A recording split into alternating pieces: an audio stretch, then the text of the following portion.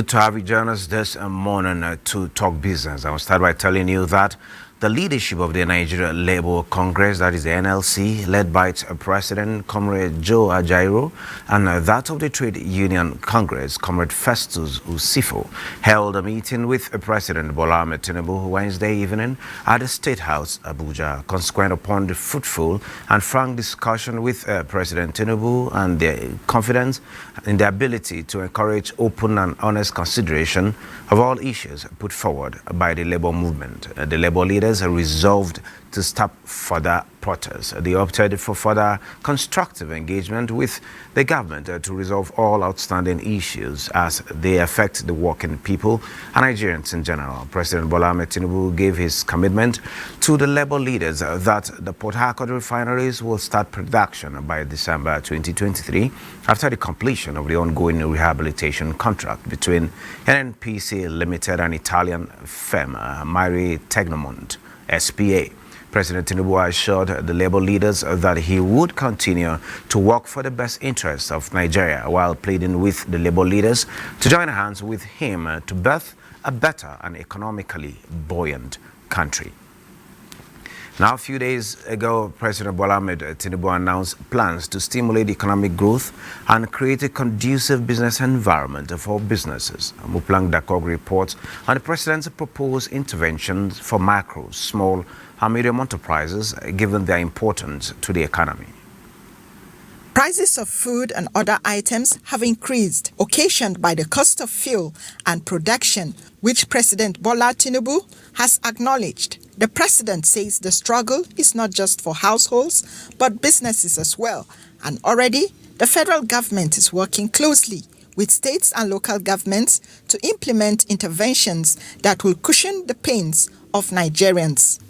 Our administration recognizes the importance of micro, small, and medium-sized enterprises and the informal sector as the drivers of growth. Small business owners like Ibrahim here are set to benefit from the federal government's 50 billion naira conditional grants to nano businesses, of which each trader is expected to get at least 50,000 naira. Director General of the Small and Medium Enterprises Development Agency, Olawale Fasanya, is ecstatic and foresees a ripple effect on the economy.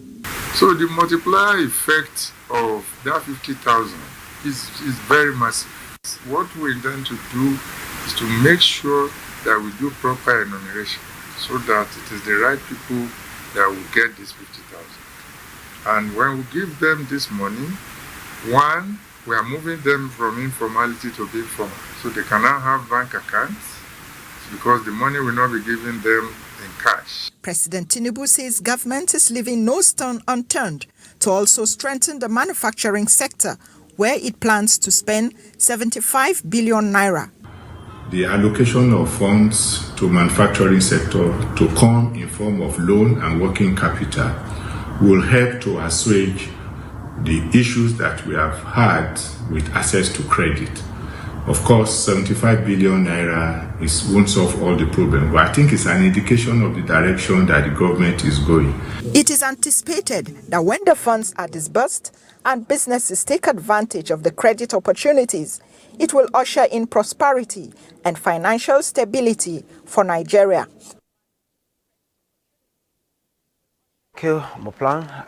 The Federal Competition and Consumer Protection Commissioner, the FCCPC, said it has issued an order asking Google to immediately delete Swift Cash, Easy Naira, and 16 other loan apps from the Play Store. The Commission, in a statement signed by its Chief Executive Officer, Babatunde Erukera, said it just discovered that the apps have been operating on the Google Play Store without regulatory approval or in violation of the limited interim regulatory registration framework and guidelines for digital lending. Other apps to be removed from the Google Play Store include Jet Loan, Joy Cash Loan, Camel Loan, Cash Loan, Naira Loan, Eagle Cash, Money 3 Finance, Made Easy, Lucky Loan, and Cash Me. The removal order also affects crediting Swift Cash, hand credit loan, NUT loan, cash door, cash pal, and Naira Easy, as well as a GIST loan. In the immediate, well, I think that's going to come later. But then the federal government has put aside 150 billion naira towards boosting the country's food security. President Bola Ahmed Tinubu, in a broadcast on Monday, says the money will be channeled to maize, rice, wheat, and cassava. Consequently, Farmers Association commended the president for the initiative. Has shown that Nigeria is now back on track as far as food production is concerned. And we want to assure Mr. President that we as rice farmers in Nigeria, we are ready, we have done it in the past, and we are going to do it. 50 billion naira is higher than what we were used to receive during the operations of our Uncle Bora program. So we believe it is going to boost, and it's going to boost a lot. The current policy of the government now of Bola Ahmed Tinubu is support to farmers so that there is going to increase production of food, because of the apparent national food security, food and nutrition security. So this is in line with the policy of the government, and this is also one of the objectives of the project. On the program this morning, we will be discussing agriculture intervention programs within, in the 36 states and the FCT. And joining me to discuss this is Mohamed Bello Anur Funtua. He is the president, Maize Association of Nigeria. Mala Anur, you're welcome to Business Express. Hello, good morning. Well, good to have you. You've seen our correspondent there, Musa Baba Ali, going around to actually give Nigerians a view of what is happening in terms of the takeoff of these interventions as been promised by President Bola Ahmed Tinubu. Now, from the maize sector, what's your view about the whole plans as it's been executed at this moment? Well, first of all, we must commend Mr. President for his wonderful initiative and wonderful idea on boosting the food security in Nigeria. This is a very good idea and hopeful. Once we will get the agriculture right, definitely it will stabilize the other sector of the economy of the country. What Mr. President is doing now to increase and empower the sector of food security is a wonderful idea. And it will now increase the economy of the country to provide job opportunity, especially to the youth. And also, if you look at what he's also trying to do about the regional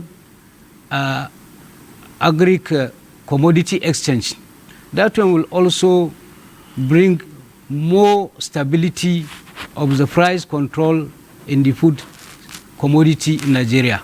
So our view is that this idea and the plan of Mr. President is something that will help to increase food production in Nigeria, provide job opportunities, increase our economy. But we must get it right.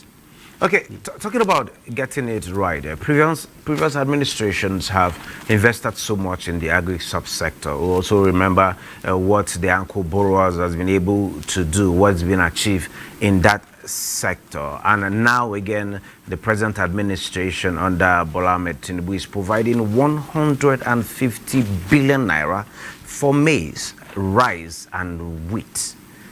How would this bring sufficiency in this particular agri-commodities we've mentioned? Yes, we've had interventions in the past, but the prices of these commodities keep rising. Yes, we have general food inflation globally, but with the interventions in country, in Nigeria, why should we still have a rise in these food commodities despite all of these interventions? And would this be a difference? Yes, there will be a difference. And let me add something about the 150 billion that you have mentioned. If you go back by the president's speech, I think it is 200 billion. Maybe you forgot about the cassava. There is 50 billion for maize, 50 for rice, 50 for wheat, and 50 for cassava. So it is 200 billion. 200, okay. The issue of the interventions in increasing or boosting the agricultural food commodity in Nigeria, really there was an intervention in the past government under the Ankoboro program. When the program started in 2015 to 2020, everybody knows that there is an increase in food production because the smallholder farmers were able to get the inputs and other services provided to them through the program. And also there is a knowledge, technology that they have acquired, which they didn't have it before. Because of that, also in terms of area of mechanization, extension services, which they don't have. So because of that, their production was increased. Because if you look at the maize production in Nigeria, in 2015, it was only 8 million tons we produced. But because of that intervention, or the loan that empowered the smallholder farmers, the production was increased by 2020 to 18 to 20 million tons because of that intervention. And if you look at what happened during COVID-19, 2019 to 2020, despite all the challenges, there was no food crisis, there was no shortage of food. Also, the former president, Muhammadu Buhari, closed the border for more than a year, but still there was no food crisis, no food shortage in Nigeria. The price was affordable. The price didn't increase. Why? Because there was enough production and there was increase in the production. But from 2020, 21, 22, that intervention or that loan was just stopped suddenly. Suddenly. So because of that, the farmers were not able to continue assessing the loan or to continue assessing the inputs they are producing. So that is number one factor that constituted to the shortage of food. Because if you look at this shortage of food, it is just last year, early last year, 2020 to date. Even 2021, there was no this shortage of food. There was no this inflation of the prices. There was no. Because I know that in 2021, the price of maize is not more than 20,000. That is the highest. But 2022, it started increasing to date now. And then also there are some other factors like Ukraine and Russia war that affected the food production globally, as how you said. But here in Nigeria, this is one of the factors that loan stopped suddenly. Okay, we know that about whatever you are doing, you know, there must be success and achievements. So we have to look at it. What are the achievement and the success of the program, and what are the challenges? And this is something like a pilot system, because in some other countries of the world, if you look at it, especially the advanced countries in agriculture, the terms and the tenure of their loan, you will see that it is from 3 years above, and it will be a revolving fund, not like our own that will be given within a shorter periods of time, 6 months. Okay, Rajbello, let me hold your thoughts at this point in time. You talked about challenges of some of this. Yes, a lot of success has been recorded in those other schemes. You mentioned it's a pilot scheme, and it was supposed to be a kind of a revolving scheme where by the time a farmer accesses a credit, is expected after harvest and sales is supposed to pay back. There has been the issue of risks in terms of credit. What's the percentage of these farmers that were able to return particularly these monies for the scheme to have that lifeline of continuation, talking about making it a revolving scheme? How successful is that? And what do you think can be done going forward, learning from possibly the mistakes of the past? Well, so I have mentioned, there must be an achievement, success, and there must be some challenges. The major challenges of the program is the repayment of loan. Why? Because most of these farmers actually, right from the beginning, their perception that it is something that is a national cake, which is not like that. We have been mobilizing them. Also, even before a farmer will receive this loan, he must sign that it is a loan. But at the end, you will see that there is a failure or there is a default. Why? Some of them, actually, they have some problems that we know they are genuine, while some of them, it is just a selfish interest because they are thinking that, as how I said, it's a national cake, which is not like that. We are not in the support completely. We are not support in any farmer that will default. That is why once you default, you will not be part of it again. And we are pursuing those farmers that they must pay what they have taken, so that it can be something that can be continued. So what needs to be done is that there must be a restructuring, because as how I said, it can be just like a pilot system. So there's need for continuation. There is there is need.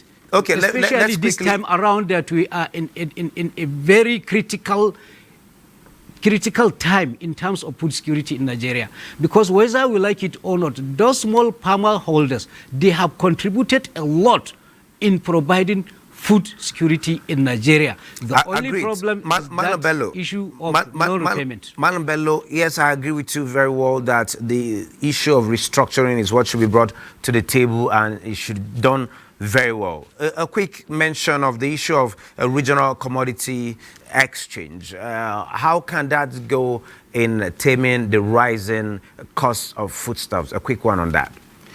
Well, the commodity exchange, we appreciated Mr. President, since from the beginning he mentioned that he's going to reintroduce the commodity exchange, because through the commodity exchange, the prices of the food commodity must be stabilized, and because there must be a guarantee minimum price. Through that guarantee minimum price, each and every commodity must know their position in terms of selling their product in the market.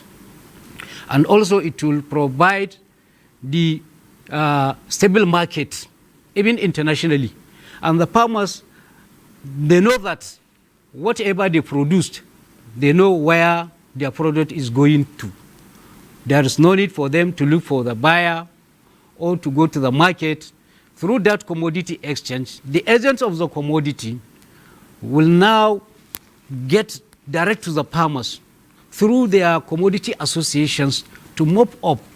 Even if it didn't dry, on the support of after harvest, they can still mop up the grass because they have all the facilities in their centers. Which is to say, in essence, there will be a complete chain from beginning to end without breakage. Thank you so very much, Mohammed Bello Anur Funtua, President, Maize Farmers Association of Nigeria. Thank you for sharing your thoughts with us at this point in time. I can see that you are itching to say more. I would say this is a continuous conversation. I will get to invite you over to share your thoughts much more elaborately. Thank you for being here. Thank you very much. Thank you. Good. Development experts attach great importance to infrastructure. No wonder the federal government is once again renewing commitment to bridging the infrastructure deficit in the country. This is the direction the Tinubu administration is taking to provide conducive environment for businesses to thrive. Musa Abubakar tells us more. It's been weeks into the new administration, and President Tinubu continued to roll out his economic agenda for the country. I had promised to reform the economy for the long-term good by fighting major imbalances that has plagued our economy. Amongst areas the federal government is prioritizing is the development of infrastructure. This is through the Infrastructure Support Fund for the 36 states of the Federation. That I approved the infrastructure support for the states. This new infrastructure fund will enable states to intervene, to invest and reinvest in critical areas and bring relief to many of the pain points, as well as revamp our decaying healthcare and educational infrastructure. Nigeria's total infrastructure stock is estimated at only 35% of the country's gross domestic product, as opposed to the 70% average for emerging economies. The reviewed National Integrated Master Plan indicates that Nigeria needs an investment of $2.3 trillion in the next 30 years to be able to bridge her infrastructure deficit. I think it's a very creative way of bridging infrastructural deficiency in the country. We have suffered so much from infrastructural gap. So now what this infrastructural support fund is going to do is to provide ready-made cash, and this is what we don't have before. The new infrastructure fund is said will enable the states to intervene and invest in the critical areas of transport, health, education, power, and water resources. Savings from the removal of fuel subsidy is said will complement efforts of the fund and other existing planned fiscal measures. No, the truth is we're going through trying times now. And the federal government is already having problem with financing, development financing. And so to have that kind of funds will also help the state in addressing some of the deficit they're actually having. And that fund, which I want to believe that will counterpart funding from the state as the federal government drops something on the table. The initiative is said to be welcomed by many as the right move to reduce the country's infrastructure deficit. Thank you, Musa Abubakar. And now European markets are set to open choppy ahead of Bank of England rate decision. Let's join Neka Oko for an update. Asia-Pacific markets were mixed on Thursday as Wall Street saw a sell-off after ratings agency Fitch downgraded the United States long-term credit rating. Hong Kong's Hang Seng Index dropped 0.27%, while mainland Chinese markets reversed losses with the Shanghai Composite up 0.58%, while Japan's Nikkei 225 tumbled 1.68%. European markets opened lower as investors continue to assess earnings season and await the Bank of England's rate decision expected midday Thursday. The DAX in Germany is down 1.01%, UK FTSE 1.07%, and the French CAC 0.91%.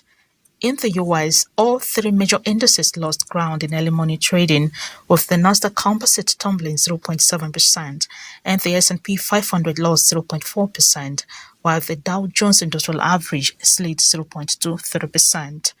Early figures from African markets point to a negative open, with South Africa's benchmark index down the most at 0.44%. That's where we end this edition of Business Express. Business Express returns tomorrow, Friday at 3 p.m. Have a wonderful day.